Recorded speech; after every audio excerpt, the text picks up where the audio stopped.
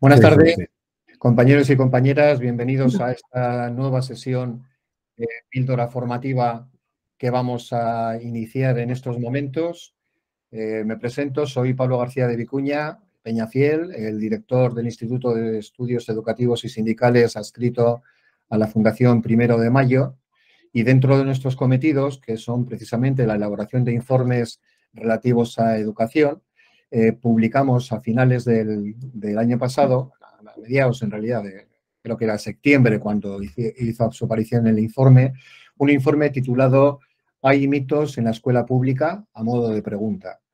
Para ello contamos con intervenciones de 5 compañeros y compañeras, expertos en distintos puntos, porque lo que sí queríamos era recoger algunas de las cuestiones que parece que lleva siempre acompañados como calificativos la escuela pública y ver la validez, el mantenimiento o la necesidad de cambio de algunas de esas cuestiones que se hacían, ¿no? Por ejemplo, dentro de esas cuestiones que preguntábamos, queríamos saber si se había convertido en un estereotipo o si realmente era un valor en sí que la escuela fuera mixta, pero a la vez coeducadora, que fuera integradora, pero que a la vez también fuera inclusiva, que sirviera para una programación, una mejora como ascensor social de entrada del alumnado, del alumnado al comienzo de sus estudios, pero que acabara por mejorar la situación con la que se había partido de inicio. O si todavía, como algunos preconizan, se piensa que la escuela pública debe ser o basarse básicamente en una cultura del esfuerzo o no. Bien, para todo ello, como digo, contábamos con distintas colaboraciones de personas que generosamente dieron su opinión a través de los artículos que componen este informe y que posteriormente y a petición de algunas de estas personas que luego han sido lectoras de los mismos, nos pidieron si era posible realizar estas píldoras formativas que estamos haciendo desde el pasado mes de diciembre. Así ha sido, esta por tanto es la segunda, la primera la hicimos el 15 de diciembre con el autor del artículo La escuela es equitativa y compensa la desigualdad, el sociólogo catalán Xavier Martínez Elorrio. Es una pena que no es posible disponer de la grabación porque en ese momento no teníamos disponibilidad para ello, pero tanto esta sesión como las 4 restantes que vendrán a continuación en los próximos jueves, pues van a quedar grabadas y por tanto a disponibilidad a través del canal de Comisiones Obreras, de la Federación de Enseñanza de Comisiones Obreras, para que podáis consultarlo y revisarla tantas veces como queráis. Bien, hoy quienes nos acompañan son 2 de las personas que han participado en este trabajo, Andrea Ruiz Balzola y Xavier Ayerdi, a los que agradezco antes de que se me olvide su generosidad tanto en el trabajo que presentaron como en la participación en esta jornada.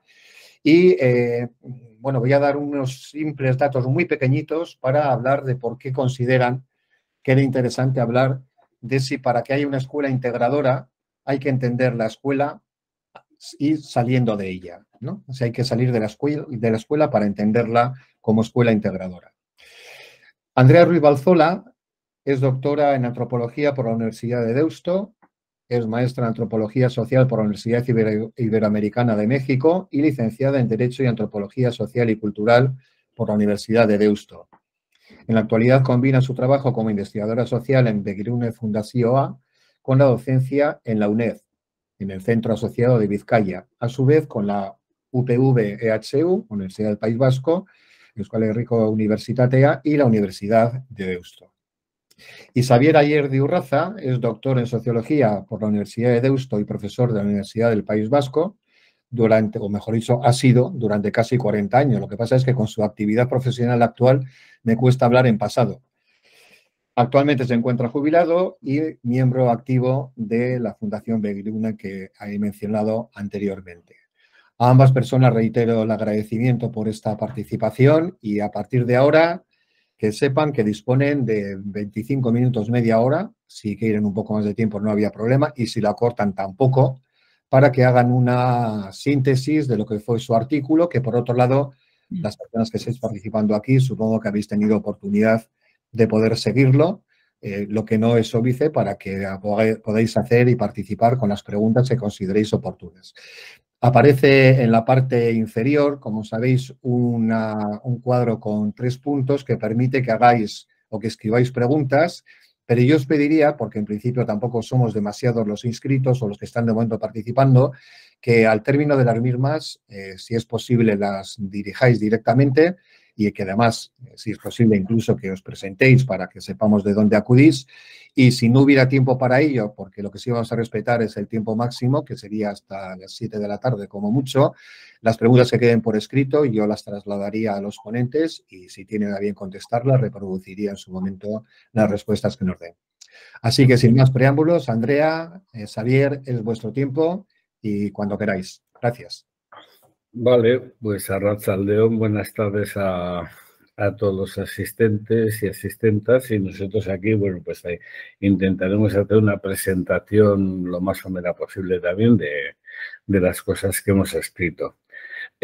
Como hemos dicho hace un rato, pues esto fue un texto que un día empezó como una conversación y nos íbamos haciendo preguntas y respuestas porque hemos descubierto que pues, en nuestra actividad en la Red Vasca Antirrumores, pues quizá una serie de textos divulgativos bien o presentados a modo de preguntas-respuestas, pues suelen ser útiles. Y nos íbamos haciendo las preguntas a medida que avanzaba el texto, o sea, entenderlo casi como una conversación, que hemos tenido Andrea y yo sobre algunas cosas que conocemos o otras que no conocemos. Y además hablamos de la escuela un poquitín desde el exterior, ¿no? Hablamos desde el exterior, esto es muy importante, ¿no? Entonces, yo digo, por lo menos mi punto de vista, yo tengo una cierta preocupación por lo que me parece que es un desfallecimiento de la escuela en la sociedad actual. Cuando hablo de la escuela, hablaré en general de la educación, pero sobre todo de la escuela pública, ¿no?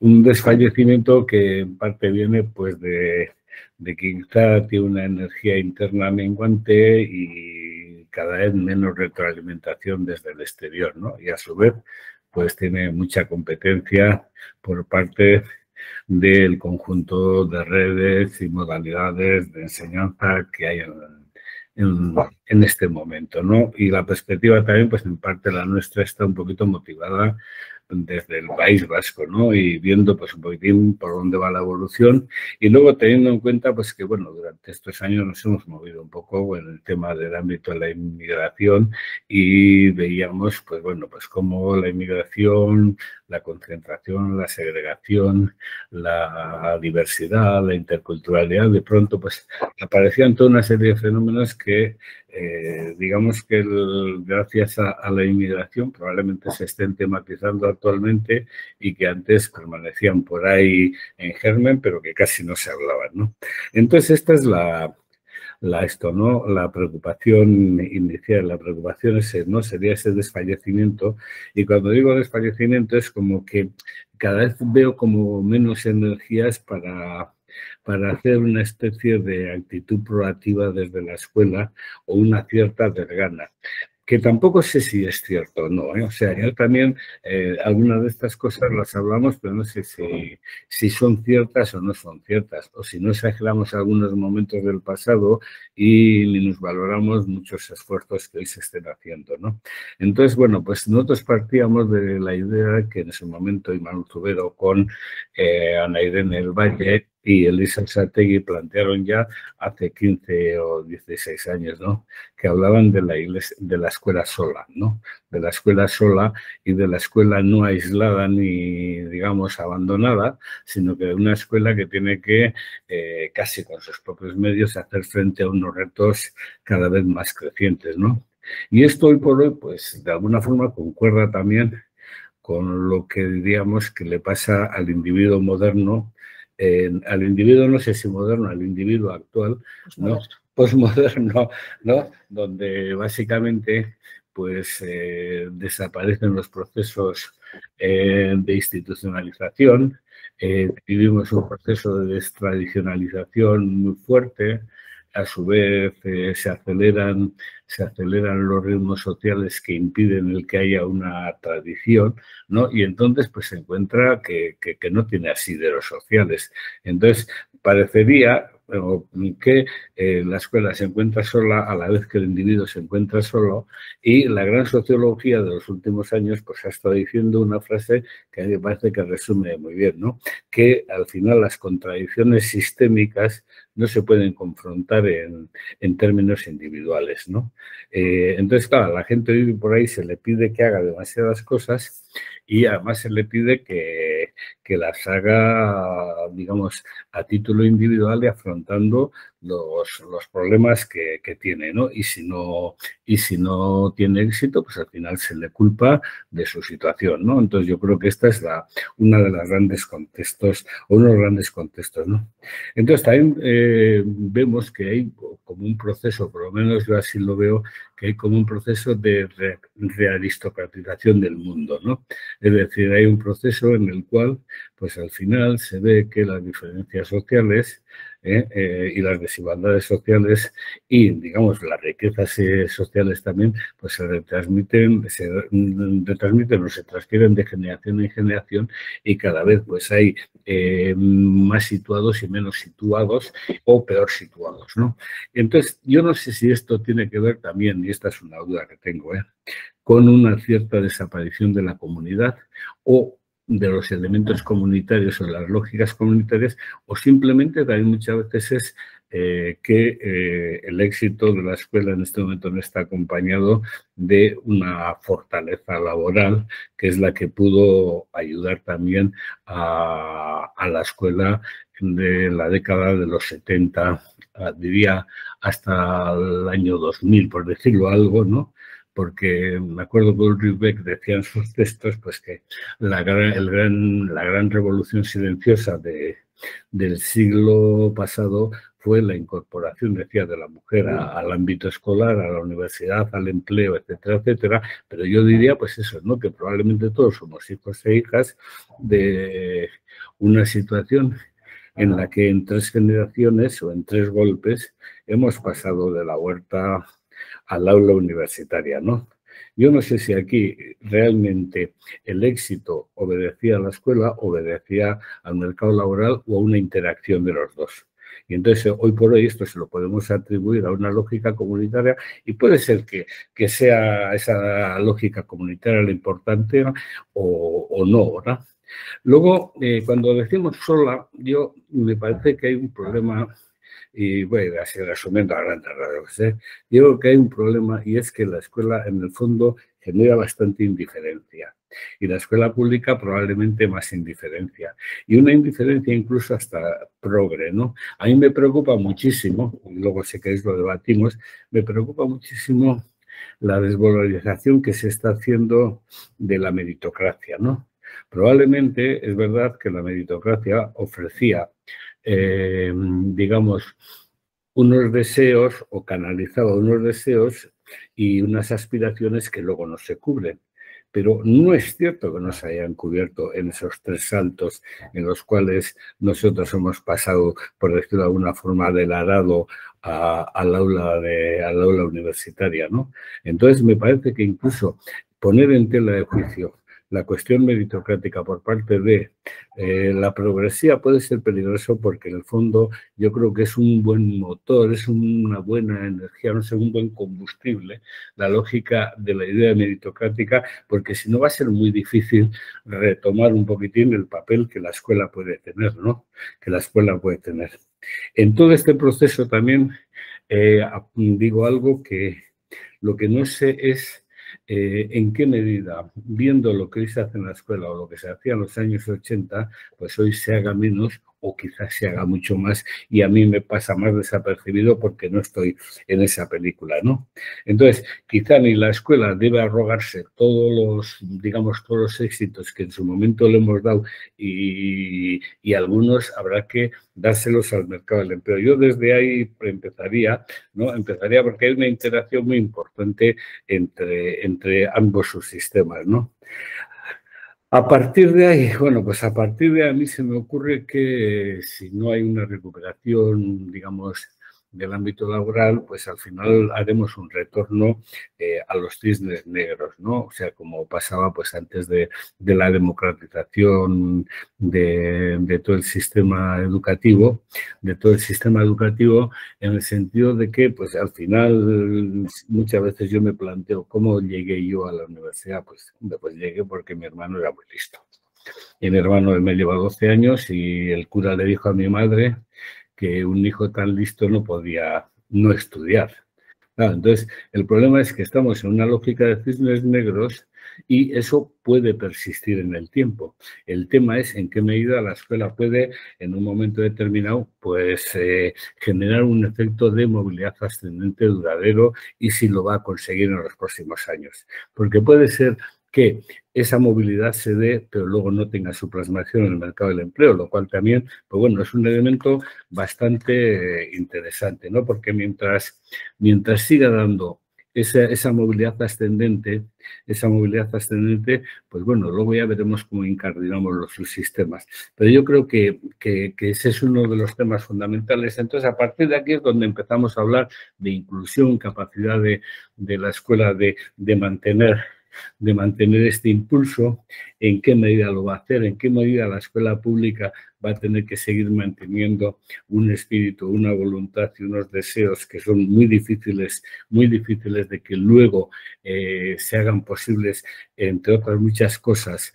Y, por ejemplo, en ámbitos urbanos, porque va a tener, digamos, el público más desfavorecido a la vez que el resto, claro, también aquí habría que hacer muchas tipologías, ¿no? Pero digamos, una escuela en un ámbito urbano donde a su vez llega muchísima inmigración y va a seguir llegando, y curiosamente toda la inmigración, por ejemplo, que llega a Euskadi o a España por la escuela solo va a pasar un 13% en el mejor de los casos, ¿no? Entonces, este tipo de cosas, entonces me planteo yo si vamos a poder hacer una réplica de lo que se hizo en los años 70, 80, 90, incluso hasta la actualidad, si se va a poder hacer una nueva réplica con todos los sectores más desfavorecidos y a ver si va a haber posibilidades de integración. Y ahí es donde nos metemos con el término integración, nos metemos con el término cohesión. El término cohesión pues parece como más elegante que el término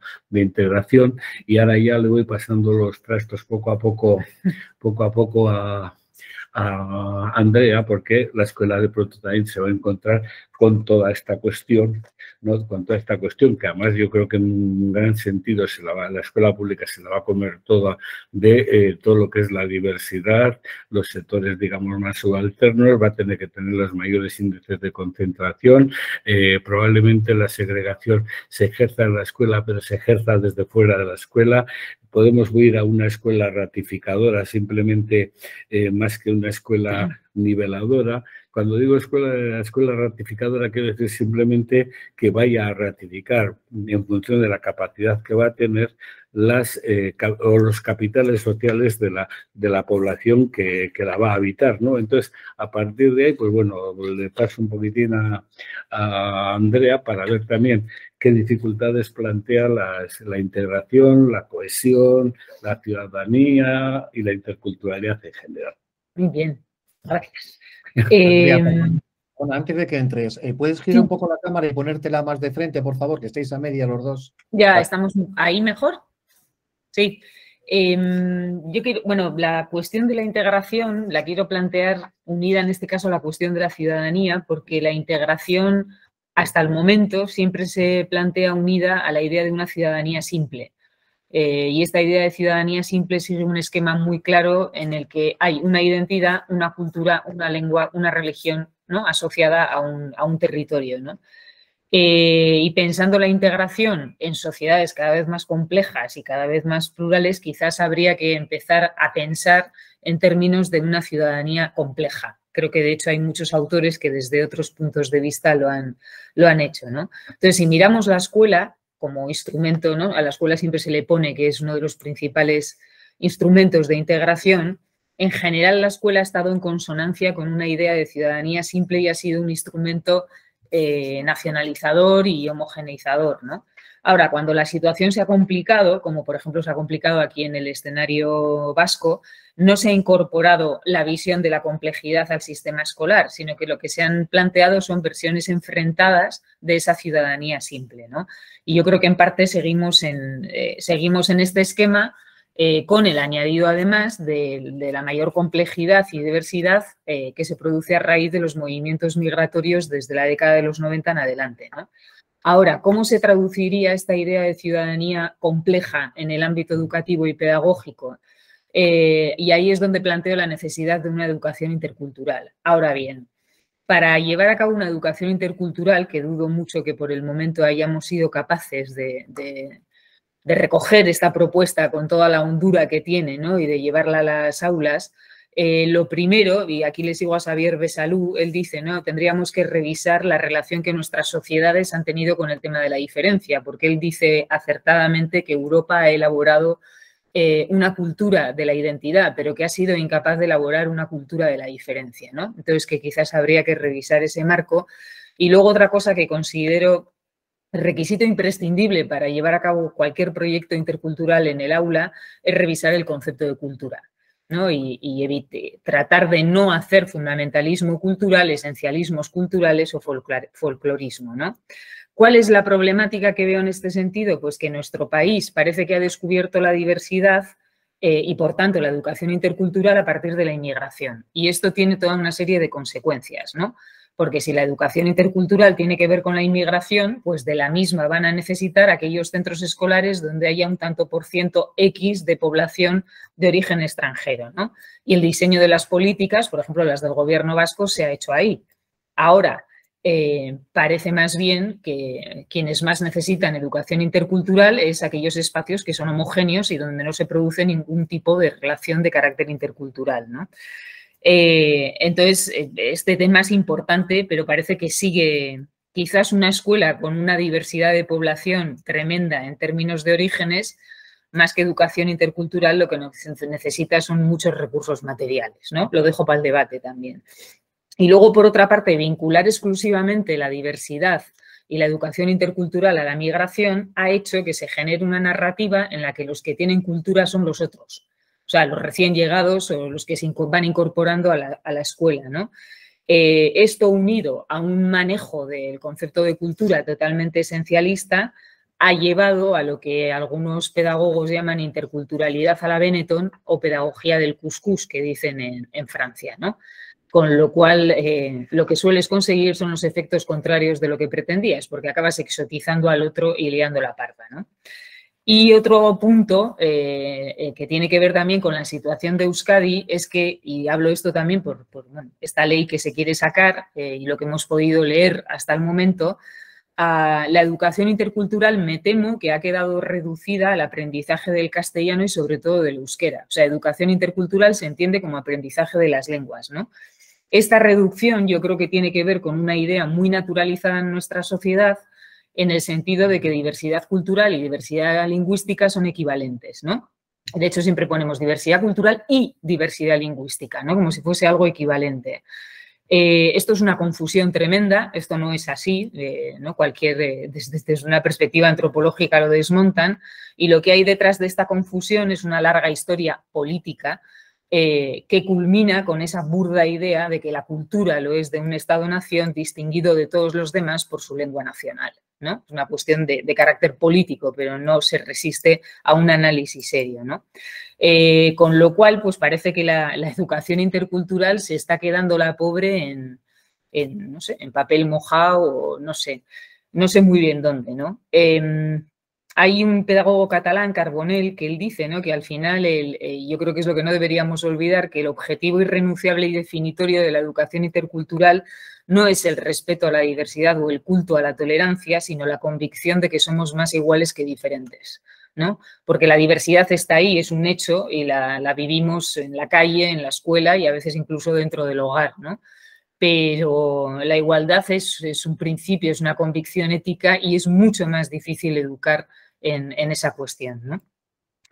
Y en este contexto es donde en los últimos años aparecen cantidad de análisis y cuestiones que tienen que ver con el tema del fracaso o no, sobre todo de los hijos e hijas de la inmigración, ¿no? Del el fracaso escolar que parece que está dándose, digamos, con estos hijos e hijas de la inmigración, ¿no? Y aquí planteábamos en el artículo, pero yo creo que el enfoque, que el análisis está siendo muy equivocado, quizás por el exceso de culturalismo en la lectura de todos estos procesos.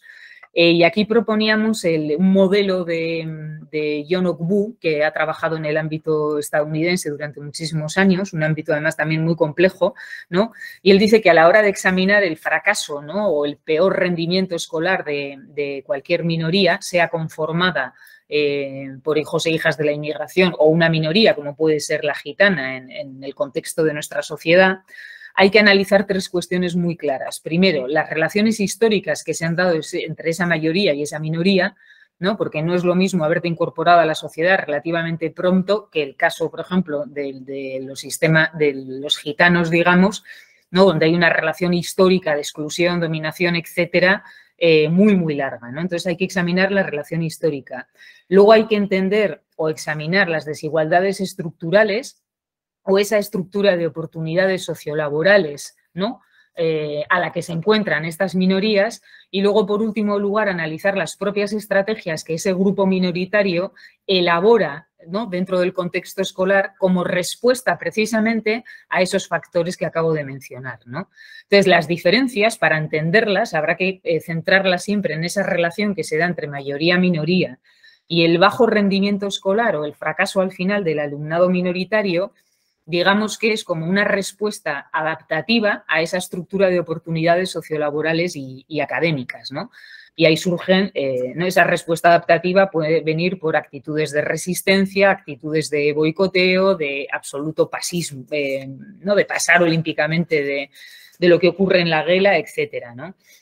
Entonces, son las actitudes de resistencia, ¿no?, las cobran sentido, o esos boicots en esa relación mayoría-minoría. Sin embargo, quizás por la narrativa y el contexto que hemos creado, muchas veces el profesorado y desde luego la sociedad mayoritaria interpretan, ¿no?, esas actitudes como parte de unas supuestas diferencias culturales que son primarias y esenciales para ese grupo minoritario, ¿no?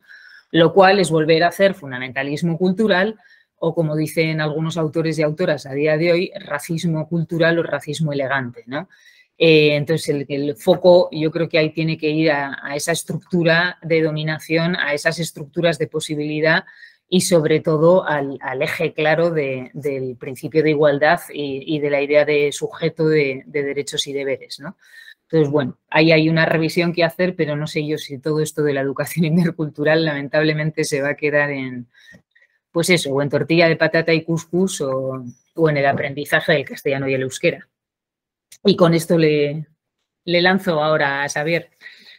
No, nosotros, bueno, luego al final hacemos, como habréis visto en el texto, ya hacemos una serie de consideraciones sobre posibilidades de la escuela pública, digamos, de las posibilidades que habrá para hacer frente a esto, sabiendo que gran parte de todos los sectores de las concentraciones y los sectores subalternos van a ir a la escuela pública.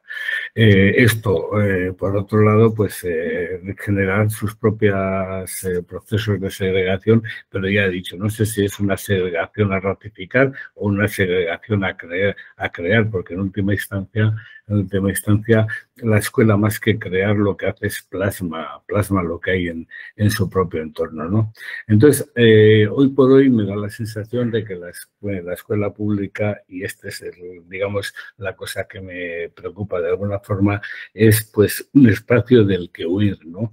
Y quizá, pues muchas veces en la escuela pública se quedan los sectores, digamos, más extremos, las personas que no pueden ir a otro sitio, o los que hacen una opción ideológica por permanecer en la escuela cuando podrían asistir o podrían enviar a hijos e hijas a otro tipo de centros, ¿no? Entonces, a partir de aquí, de las concentraciones y de las segregaciones, pues con la segregación también tengo tengo, por lo menos yo a título personal, tengo una relación un poquito ambivalente, ¿no?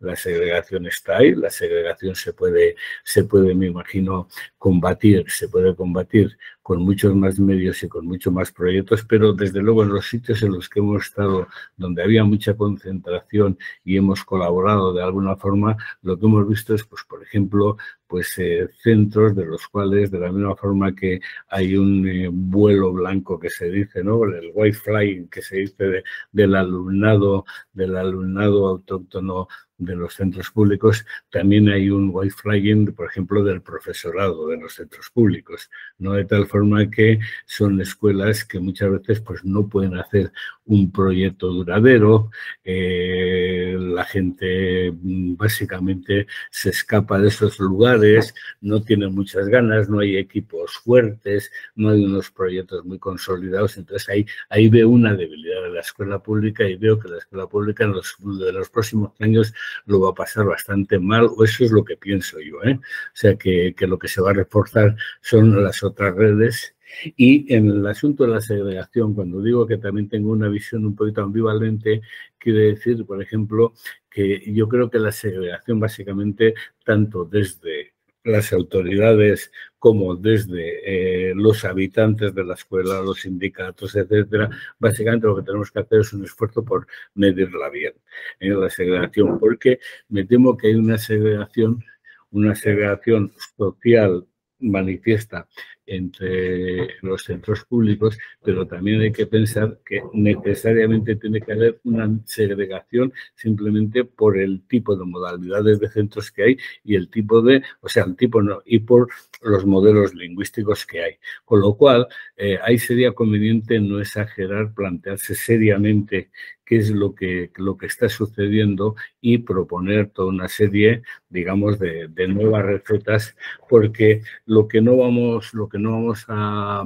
impedir y no vamos a poder impedir es que la concentración se dé en unos determinados centros. Y sobre todo, como he dicho antes, en ámbitos urbanos, ¿no? Puede haber cantidad de municipios en Euskadi, por ejemplo, que al ser unos municipios donde solo hay un centro escolar, esa segregación se puede reducir en parte, ¿no? Se puede reducir en parte, pero es en los ámbitos urbanos donde va a darse. Entonces, a partir de aquí, pues bueno, a partir de aquí me temo que, pues lo que decimos, al final las potencialidades de la escuela para hacer frente a una situación de estas, pues van a ser entre Sísifo y Penélope, ¿no? O sea, alguien va a estar ahí todo el día currándoselo para que eso se desmadeje por las noches o en algunos otros momentos, ¿no? Con lo cual, pues bueno, pues no queda más remedio que hacer una apuesta por la escuela pública, pero sabiendo que en la gestión de todo este fenómeno va a ser, digamos, la más débil, la que va a tenerlo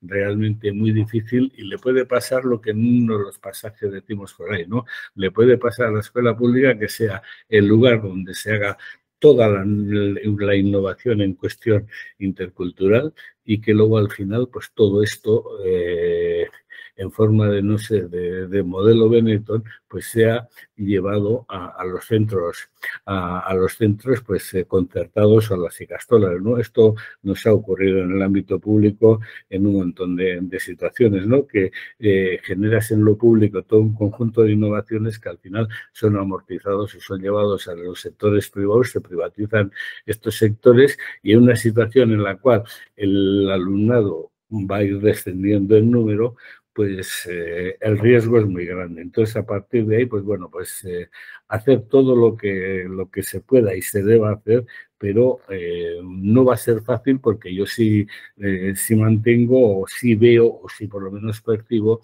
que hay, digamos, en este momento menos energía desde la institución escolar y desde la escuela pública que la que pudo haber en el pasado. Es decir, hemos cambiado una época de paso de dictadura a situación democrática y, por decirlo en términos pues, sociológicos, se nos ha reutilizado un poquitín el carisma, ¿no? Se nos ha reutilizado un poquito la energía y lo que no sé si aquella energía que hubo por movilizar, ¿no?, a los sectores subalternos o a los sectores dependientes de la sociedad a principios de los 70, 80, pues hoy por hoy persiste, o si al final pues no hay más que unos últimos mohicanos por ahí que están a favor de la pública intentando sacar cantidad de proyectos adelante, teniendo en contra pues todo un contexto digamos, de privatización y también de individuación. Es decir, también en esto participan mucho los mismos padres y madres de este alumnado, ¿no? Es decir, al final, pues no es ajena a la situación de la escuela pública, a los cambios que ha podido padecer la sociedad. Entonces, bueno, pues lo dejamos aquí y si queréis, pues para lo que queráis y lo que podamos contestar, contestamos.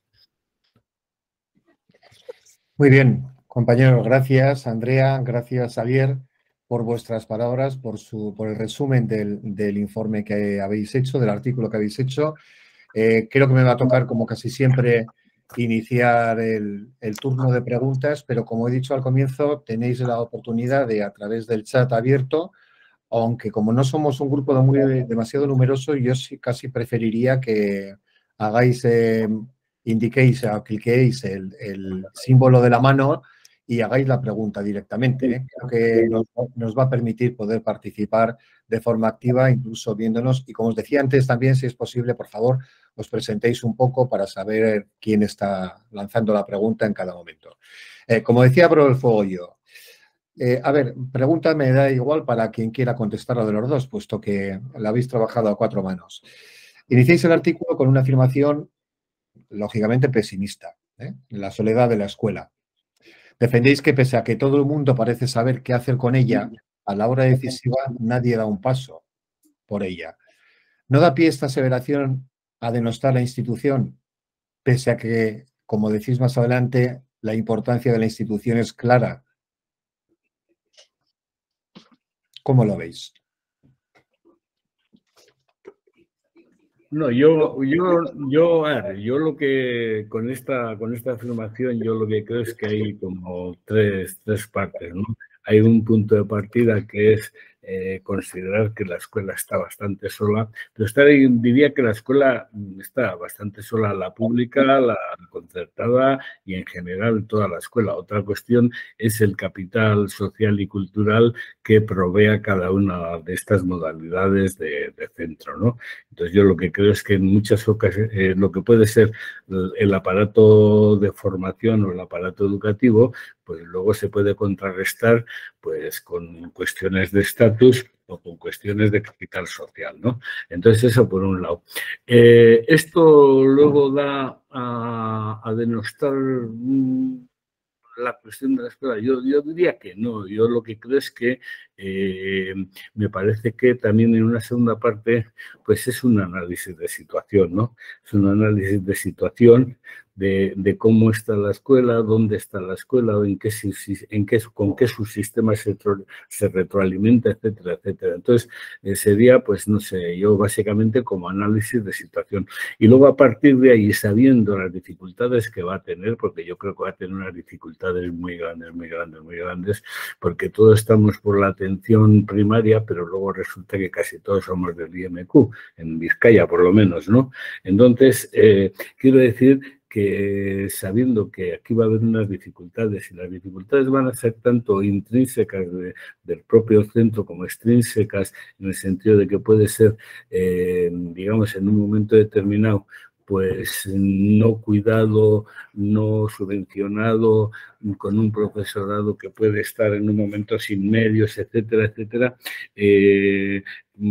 sabiendo que esa situación va a ser esa, pues, y que va a tener muchas dificultades, también va a tener, digamos, el alumnado que menos capacidades va a tener y va a poder retroalimentar esta situación. Entonces, yo sí pienso que a medio plazo, sabiendo que la concentración, sabiendo que la segregación va a darse más o va a manifestarse más en la escuela pública, pues va a hacer falta mucho espíritu de ánimo y, digamos, una nueva fase diría, no sé, de creer en la escuela en los próximos años. Si no, puede ser, claro, hablamos básicamente desde el ámbito euskaldun, que es también un ámbito, digamos, envenenado, ¿eh?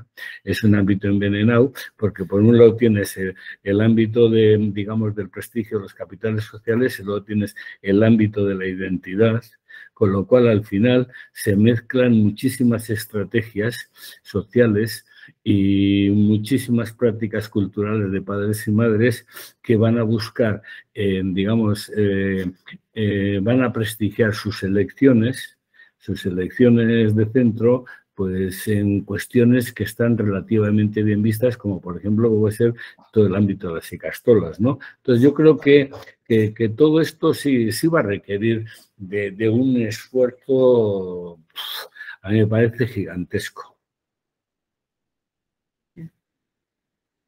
Muy bien, gracias. Ricardo, creo que habías levantado la mano para hacer alguna pregunta. Tu turno. Yo quería hacer 3 preguntas, comentarios. Una, me ha parecido percibir al principio, sobre todo al comienzo de la intervención, esa idea de que la escuela, voy a intentar además siempre hablar desde la institución, no desde los que dirigen la institución, desde las políticas y tal, sino desde la propia institución. Me ha parecido veros desde el principio una desconfianza en el sentido en que la escuela ya no es de alguna manera el ascensor social, o no se la considera como el ascensor social que era antes. No sé si es porque la competitividad del espacio exterior, es decir, de la sociedad, ha rebasado a la escuela. Ya hay una cierta desconfianza en que la escuela sea capaz de hacer lo que hacía hace 30 años, de preparar a nuestros muchachos. No sé si queríais un poco decir eso al principio, cuando os he oído la primera intervención, bueno, al principio de la intervención. La segunda es sobre el tema de la segregación. Yo sí creo una cosa, y no sé si tiene que ver con el sentido de comunidad también que habéis hablado. La segregación, a ver, muchas veces los centros, no estoy hablando de las políticas, creo que la responsabilidad máxima de que haya centros segregados realmente es de políticas concretas, ¿vale? O sea, pero desde los centros, desde la postura de los que están dentro de la institución, a veces se opta por la segregación porque, aunque no dé resultados, que yo creo que de hecho no da ni siquiera para las minorías, mirando los resultados, yo creo que la segregación no es buena ni siquiera para los que están, digamos, arriba del todo, pero yo creo que la segregación, sobre todo lo que es muchísimo más fácil de gestionar. Y eso es la idea que yo quería deciros. Por ejemplo, una escuela pública, yendo al centro que comentabais, una escuela pública ahora tiene que gestionar, le llamamos una escuela, la comunidad escolar, decimos, ¿no? Pero la comunidad escolar realmente es un encuentro de comunidades, un encuentro de comunidades familiares, un encuentro de comunidades de barrio, un encuentro de comunidades incluso de chavales.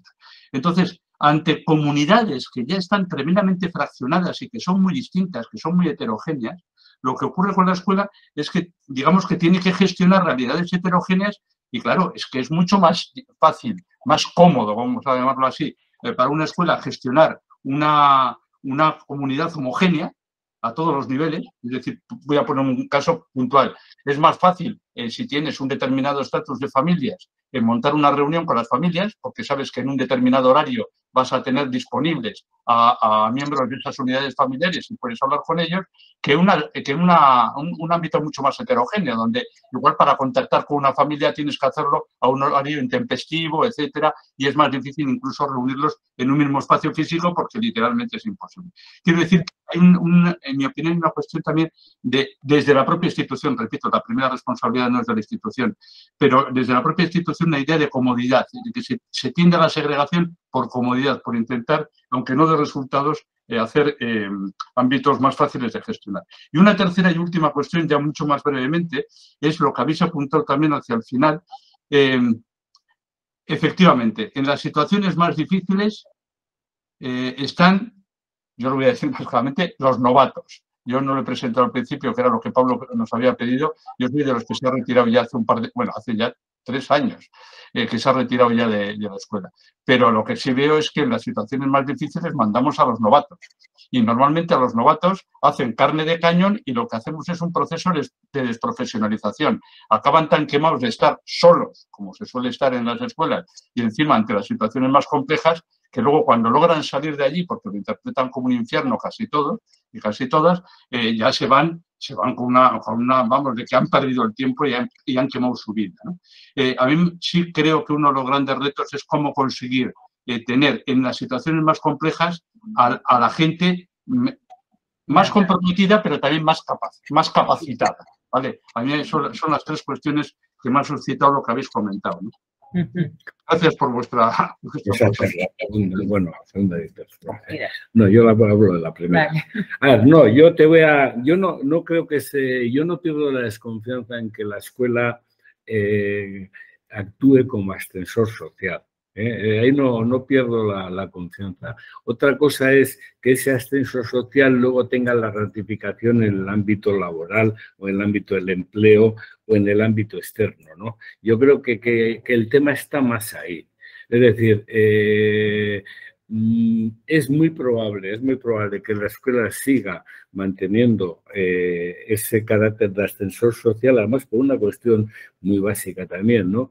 Porque la gente parte de una mejor situación que la que partía hace 40 años. Es decir, y normalmente hoy la pretensión de cualquier alumno o alumna que entre en la escuela con 2 o 3 años es el de, por ejemplo, acceder a la universidad. Cosa que en nuestra época, pues tampoco eso estaba tan claro, ¿no? Entonces, desde esa perspectiva sí pienso que hará de ascensor social.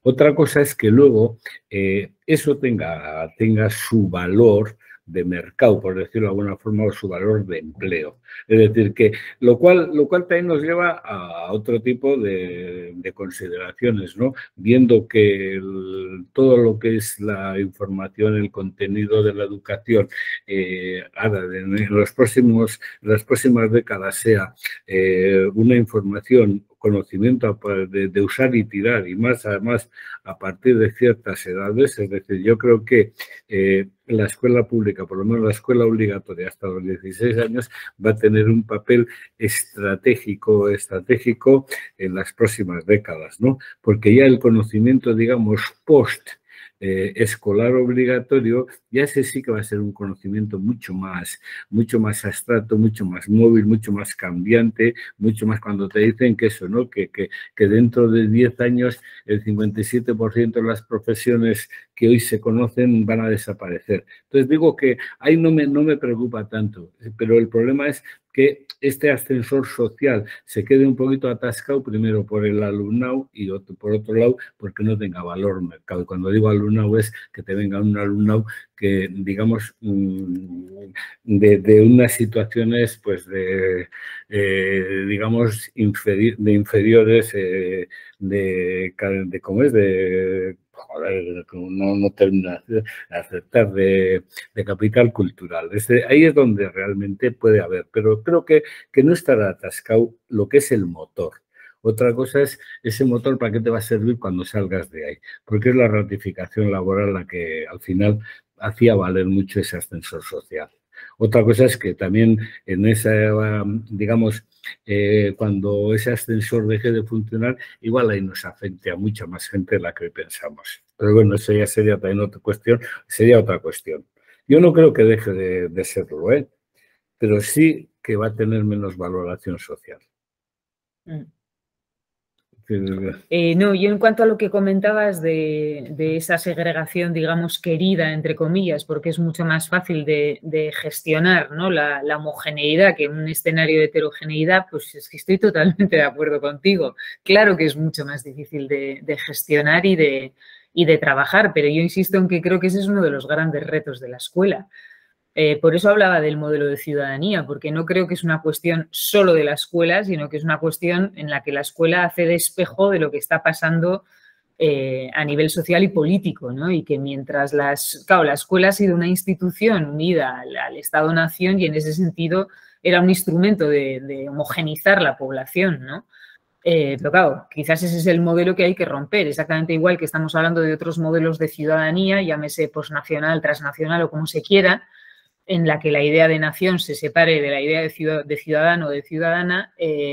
Yo creo que la escuela va a tener que ir por ahí si además quiere que funcione el ascensor social, porque creo que está ligado también al funcionamiento de ese ascensor social.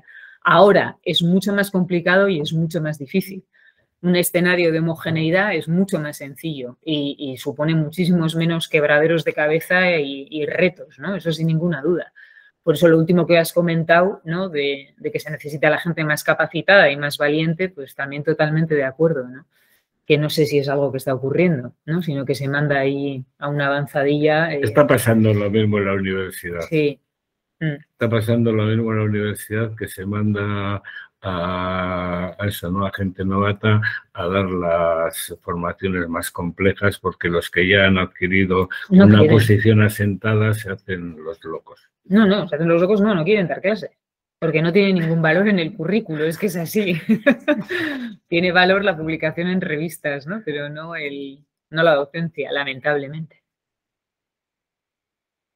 Sí, yo quiero aprovechar con la contestación que acaba de hacer Andrea a la pregunta de Ricardo, porque eran unas que tenía también preparadas. Hablas, Andrea, o habláis de ciudadanía compleja como la situación en la que en estos momentos define mejor la sociedad que tenemos, ¿no? Pero no me queda muy claro si os acabáis por decantar si la escuela como tal en estos momentos está preparada para educar a esta ciudadanía compleja. Probablemente no. No soy muy optimista ahí. Creo que no está preparada, pero sí creo que se le puede preparar. O sea, quiero decir, no está preparada y creo que es lógico que no lo esté, pero sí creo que es algo que se puede hacer. Y que no es tan, o sea, a veces cuando hablo con el profesorado en talleres o en cursos ya les digo, si no es tanto cuestión de inventar cosas o cambiar cosas, es más bien lo que tenemos, interculturalizarlo, pero lo que ya tenemos, quiero decir que a veces es un cambio de perspectiva, es un cambio de mirada. O sea, siempre les digo exactamente igual que os habéis puesto las gafas moradas, ¿no? Y ha habido un avance en políticas desde la perspectiva de género, pues esto es ponerse unas lentes interculturales y darle una vuelta a los modos y maneras en cómo hemos funcionado en torno a esta cuestión de la diferencia, ¿no? No hace falta tampoco, pero sí creo que tiene que haber, claro, un apoyo sustancial a esos centros escolares en términos de recursos humanos, en términos de recursos materiales y una apuesta convencida. Si de momento el gobierno todavía no ha entendido qué es la educación intercultural y decide que solo hay que hacer cuscús y tortilla de patata donde hay hijos e hijas de la inmigración, pues es que no hemos entendido nada. O sea, creo que no se ha hecho una reflexión seria. Quizás porque todas estas cositas no suenan muy serias, pero sí lo suenan. La interculturalidad va de la mano de ciudadanía, de poder, derechos y deberes, pero no sé si lo hemos ligado o si le hemos prestado la atención necesaria. Sí, pueden ser procesos también que lleven diferentes ritmos. También. Porque evidentemente una ciudadanía compleja en el plano político sea más compleja de realizar que una ciudadanía compleja en el ámbito escolar. Sí. También puede ocurrir eso, o sea, porque claro, puedes tener también cierres identitarios pasado mañana y repliegues donde antes pensabas que ibas a la Unión Europea hacia una ciudadanía, digamos, ¿no? Cosmopolita y que se podría articular, pero claro, según los tiempos y las épocas, si tienes un repliegue identitario, pues al final eso te va a repercutir. Pero yo creo que claro, que es lo que se está viviendo hoy, pero quiero decir que en la escuela o en el ámbito escolar eso igual se puede hacer de una forma pues más sencilla o más rápida. Otra cosa es que luego tenga también eso la plasmación a nivel social, ¿no? Pero bueno, pues esperemos que sí, pero ¿cuándo? No lo veremos, es una pena. Y Manol, cuando quieras lanza tu pregunta, por favor. Buenas tardes. Me he incorporado tarde, entonces igual meto la pata en alguno de mis comentarios. Ya me perdonáis, acabo de salir del instituto, ya sabéis que los profes de la pública no trabajamos y mirar qué horas son, ¿no? Y acabo de llegar del insti. Bueno, yo al hilo de lo que se ha comentado antes, yo estuve 5 años trabajando de profesor asociado en la universidad, entonces ya sabéis que aún siendo doctor, pues me pagan 330 euros. Es el tema del tema de la universidad y daba clases. Claro, ahí no solo es una cuestión de prestigio, es que es una cuestión económica, es decir, los que dentro del sistema de ANECA y Univas y demás han ascendido, investigan, pero al investigar cobran más dinero. El propio departamento y ellos personalmente. Por ejemplo, en el caso de la Universidad del País Vasco, pues hay una fundación que es Eusko-Iker, entonces tú te quedas con el 60%, el 70% del dinero del proyecto de la investigación, luego pasa un 20% al departamento, no sé qué, y encima que dar clases. Es decir, que hay una motivación también económica y donde hay economía y prestigio. Entonces va todo unido. Y entonces el arte de dar clases se ha desprestigiado y encima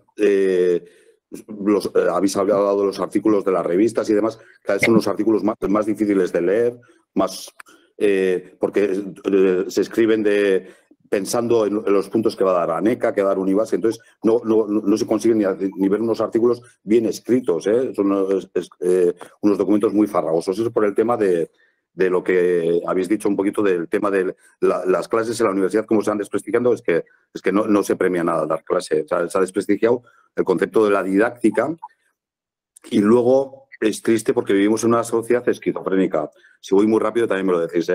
Vivimos en una sociedad esquizofrénica en el sentido de, por un lado se habla de innovación, desarrollo, investigación, siempre lleva la transferencia del conocimiento, pero esa transferencia del conocimiento en realidad no se quiere hacer.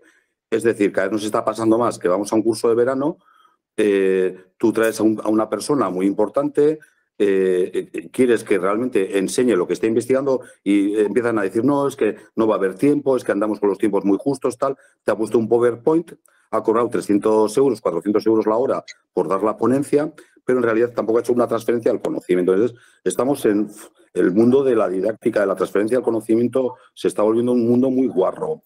Y entonces ahí ya entraríamos en cuestiones ya de código deontológico y demás.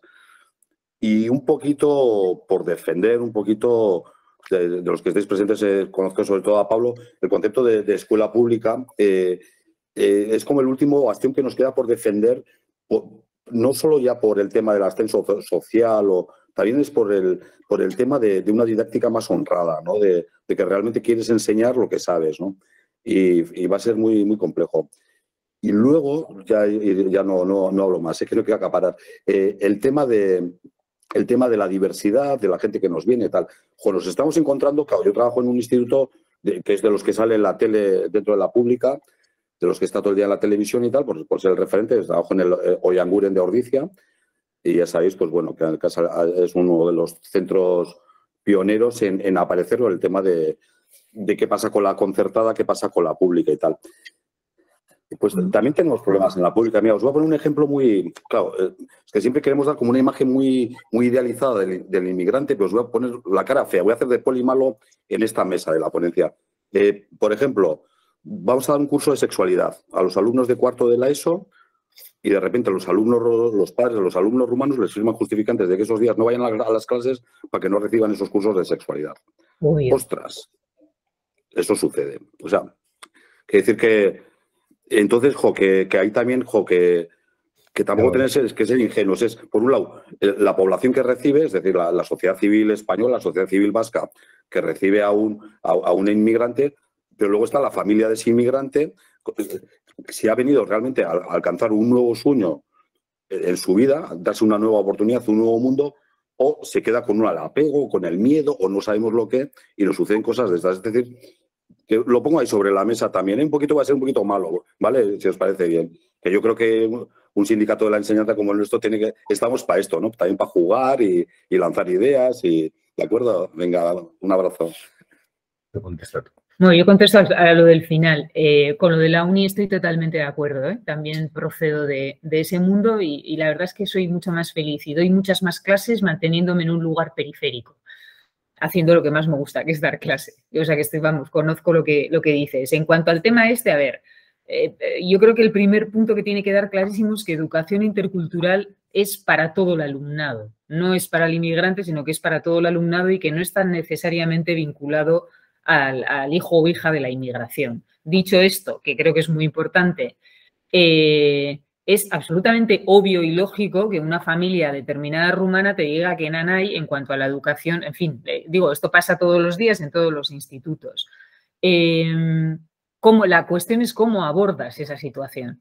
Y desde luego, o sea, no creo ni que no pretendemos idealizar a la población migrante absolutamente para nada.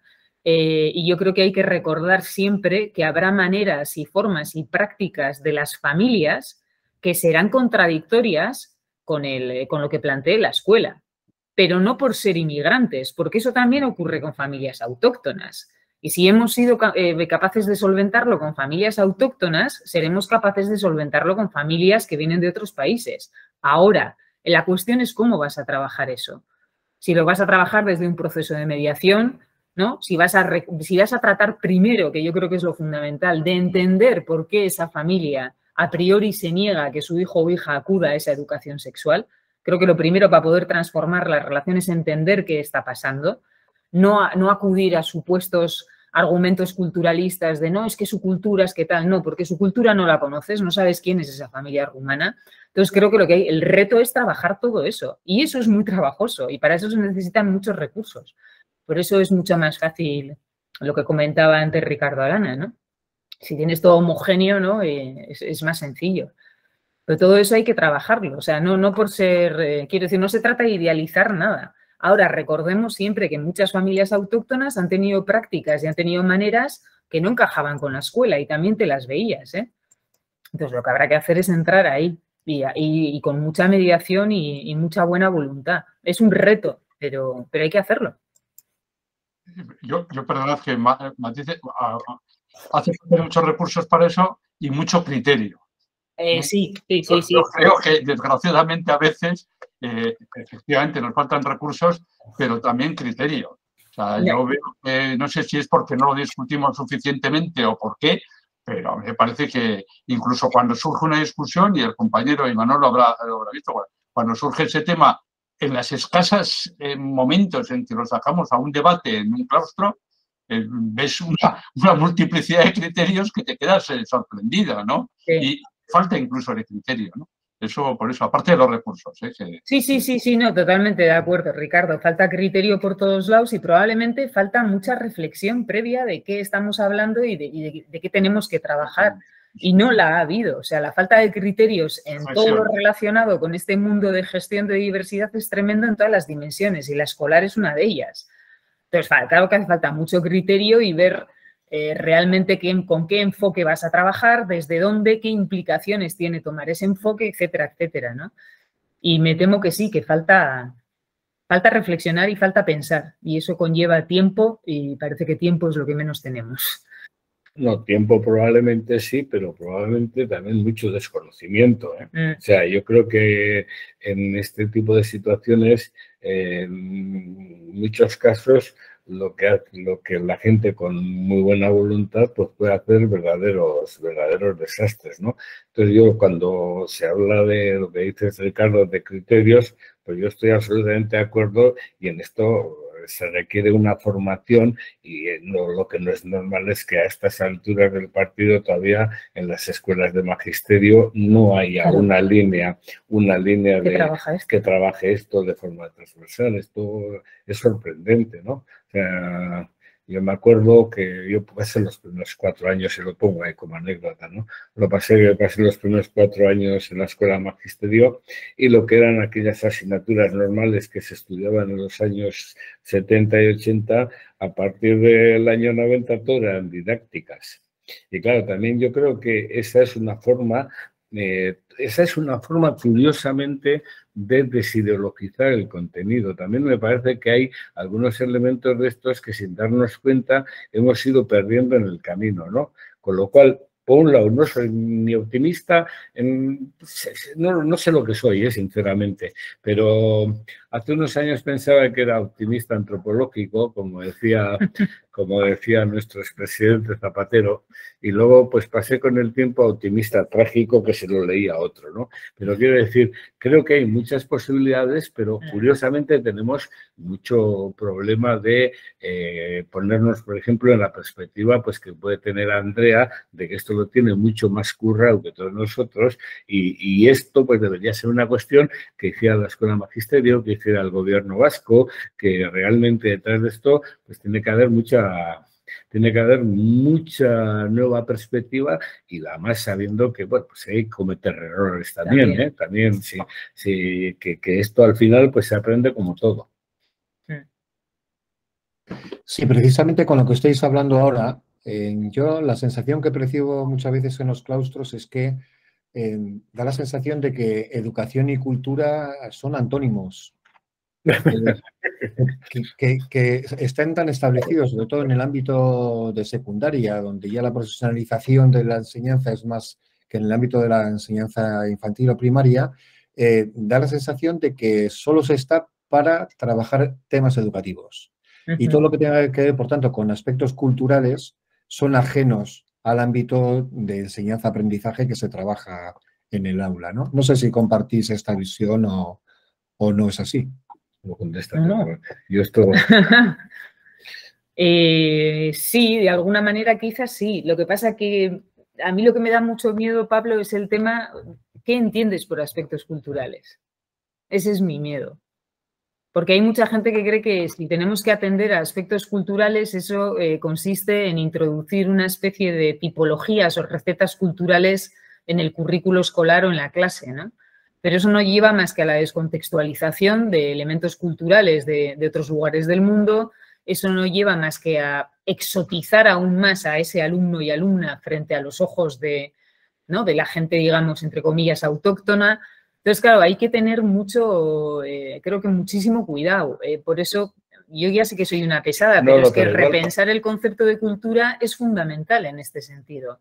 Porque la escuela educa, pero la escuela transmite una cultura. Bueno, no sé, ahí está todo Pierre Bourdieu y toda la teoría de la reproducción, ¿no? Pero en principio transmitía la cultura de la clase dominante o de la sociedad mayoritaria, ¿no?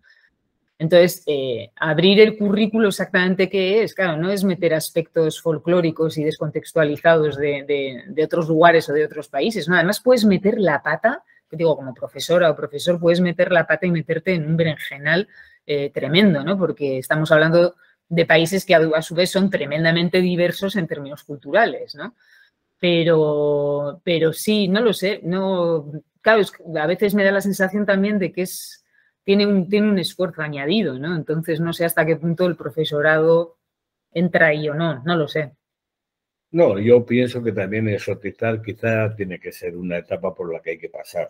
También yo creo que hay procesos por los que hay que pasar probablemente como una primera fase. Ahora, el problema es que también la distinción que haces entre educación y cultura tampoco me parece, digamos, absolutamente desacertada, si por cultura luego entendemos lo que dice pues Andrea, ¿no? Ahora, me parece que es una cosa muy, muy compleja al mismo tiempo afrontar a tantas cuestiones, ¿no? Porque además... otra de las cosas de las que estoy convencido, es que, claro, la inmigración ha llegado, por ejemplo, a toda España, ha llegado en un momento donde ya elementos de diversidad y elementos de que se tiene que debatir todo esto y hay que abandonar un poquitín la lógica de la ciudadanía compleja. Pues en ese momento ha llegado la inmigración, probablemente una inmigración que cuando llegó a Francia en los años 50, 60, estos debates ni existían, ¿no? Entonces también el trabajo funcionaba. Sí, pero, claro. pero en la misma, digamos, en el mismo currículum y tal, yo creo que ahora mismo sabemos que todo esto lo tenemos que tratar de alguna forma. Otra cosa es si acertamos o no en el tratamiento, ¿no? Pero yo creo que hoy por hoy, pues, la idea de complejidad o ciudadanía compleja está mucho más clara que hace 50 años, ¿no? Y luego, o más acertada. Y luego cuando yo me meto con la pedagogía del cuscús, que tú dices, bueno, por algún lado hay que empezar, y yo lo siento, pero si llevamos ya 20 años. Quiero decir, ya sé que hemos cometido 1000 errores, que hace 20 años comenzamos por donde comenzamos porque no teníamos ni idea ni sabíamos, pero llevamos 20 años, ¿eh? O sea, que se dice pronto, pero es que han pasado 20 años desde entonces. Y cuando ves que seguimos cayendo, ¿no?, en las mismas folclorizaciones, en los mismos esencialismos, etcétera, ostras, yo ahí sí me pongo un poco más, no voy a decir negativa, pero sí combativa que Xavier. No, yo sí, yo le entiendo, pero es que esto de ser vasco o ser residente vasco es muy cansado, muy cansado, muy cansado. Hay que compatibilizar tantas cosas que agota. Muy bien, pues estamos en la recta final. Si alguna de las personas que están en estos momentos conectadas quiere hacer alguna pregunta, sería el momento para pasar ya a la despedida. No sé si no veo ninguna mano levantada, no sé si alguien tiene alguna reflexión final que hacer, alguna cuestión. Yo, si no os hago yo la pregunta a vosotros, una pregunta. Venga, adelante. ¿Veis a la gente animada como para hacerle frente a este reto? Porque antes ha dicho Ricardo lo de los novatos, ¿no? Pero es que ahí estuvimos asistiendo, bueno, pues de semiayudantes, semicolaboradores, más desde la estrategia antirrumores, todas estas cosas. Pues, por ejemplo, en la Escuela de la Bastida, y en la Escuela de la Bastida pues había un director muy voluntarioso, con más ganas que el copón, intentando generar un claustro, digamos, relativamente permanente, con un proyecto que durara años, y ya me han dicho que ya abandonó la escuela, ya, que ahora ya se ha ido a otra. O sea que dices, ¿cómo ves la cosa desde dentro? Pero simplemente eso, también tenéis derecho a mentir, a no decir la verdad y a mantener ese espíritu, pues no sé, animoso. Marisa se atreve a contestar. Marisa, Sí, adelante. sí. Me atrevo, Pablo, me atrevo. Bueno, trabajo en un centro de formación profesional y yo personalmente, en el fondo, lo que veo es mucho postureo. Creo que bueno, seguimos a veces unas pautas o unas vías que se abren desde la administración y entonces hay que presentar algún proyecto, algo hay que hacer, ¿no? Es como que siempre hay que hacer algo, pero esa perspectiva que comentabais, Andrea, de ver la interculturalidad como una cuestión que no separa, sino que tiene que poner el foco en la igualdad, ¿no? Y en lo que tenemos de igual con el otro, más que en la diferencia, eso yo no lo veo personalmente, ¿eh? Igual estoy equivocada, pero mi percepción desde un centro, como os digo, de FP, de Navarra en este caso, es que hacemos últimamente todo pues desde el postureo. Hay que hacer, hay que presentar y si puedes figurar en un medio de comunicación y sale tu instituto, pues mejor. Pero no nos da tiempo a plantearnos realmente qué es lo que queremos y qué es lo que hay detrás de cada historia. Y hasta ahí lo dejo, que ha levantado más gente. Muchas gracias por las intervenciones. A ti. Y por el trabajo, que no lo conocía y me lo llevo, me lo quedo. Gracias. Gracias, Marisa. ¿Y Manol? Bueno, yo lo que quería comentar, que yo creo que ahí hay un problema legal, y de eso hemos oído hablar, Pablo, bastantes veces. Hay un poquito de cómo en este momento el gobierno vasco está volviendo a funcionar gobernando vía ejecutiva, ¿no? Yo mando, tú acatas. El ejemplo último es lo del Curridigi, que yo hablo con muchísimos profesores de informática que se desenvuelven bien en ese entorno informático y también, por mi propia experiencia, yo me muevo bien en la corriente pedagógica. Y de repente esto del Curridigi también, pues nos lo han impuesto de arriba. Entonces, desde Dirección de Innovación Educativa, política, no la técnica, sino la Dirección de Innovación Educativa política, manda a las inspecciones y a los directores una serie de ejes y dicen, esto es innovación. Y yo, claro, he pasado en por el mundo de la investigación pedagógica, o sea, y sé lo que es estar ahí, en el barro, en la pedagogía.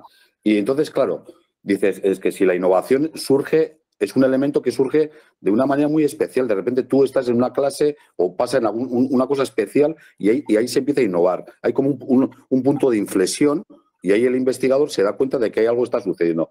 Y entonces, hoy en día es muy difícil que un profesor desde abajo pueda aportar innovación. Porque innovación se considera lo que viene desde arriba. Pero si viene desde arriba a base de lo que yo mando, eso ya no es innovación, es didáctica y organización escolar.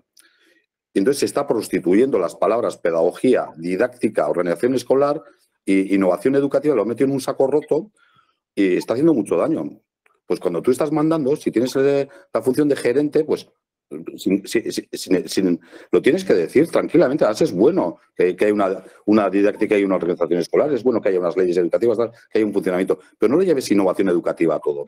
Y eso está haciendo mucho daño y luego desde la base no se puede hacer. Por ejemplo, si tú quieres hacer un proyecto de innovación educativa, un grupo de profesores, tienes que llevarte muy bien con la dirección para que ese proyecto salga. Porque antes, legalmente, tú lo podías presentar directamente. Pasaba por el claustro y si el claustro lo aprobaba y ya está. Pero ha cambiado el sistema legal y lo bueno que tenía el espíritu LOCSE, en este momento, poco a poco se ha ido reduciendo. También es verdad que hace falta una autoridad en un centro, que es muy importante la función de las direcciones, pero sí que es verdad que el peso que han cogido también, de alguna manera, rompe conceptos de la LOCSE. No sé cómo decirlo, ¿eh? No me alargo más. Gracias, ¿eh?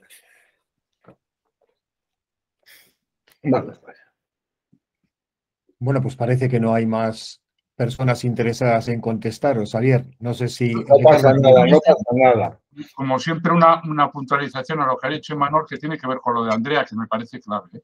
Yo creo que la única innovación exitosa es la que se apoya en la reflexión sobre lo que se hace en el aula. Y todo lo demás puede estar súper bien intencionado, súper bien fundamentado, ser incluso altamente interesante y tal, pero si no pasa por el filtro de la reflexión de lo que hacemos cada uno en el aula, de verdad está absolutamente condenado al fracaso, en mi opinión, en relación a lo que decía Imanol, pero que tiene que ver con lo que antes yo creo que ha comentado Andrea, si no me equivoco. Sí, es que me ha pisado Ricardo precisamente lo que iba a decir. Iba a decir que descontando toda la cuestión de la burocratización,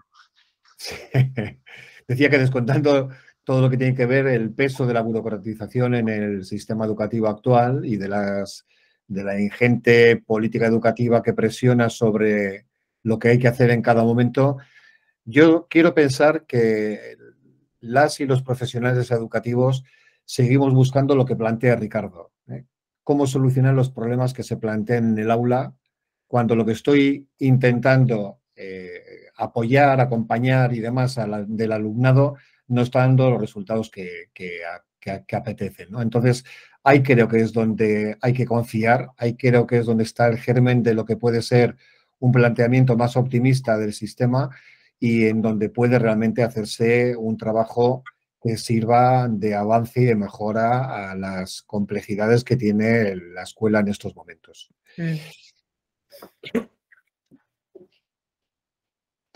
Sí, no sé, JM León, que es como aparece, si quieres intervenir, adelante.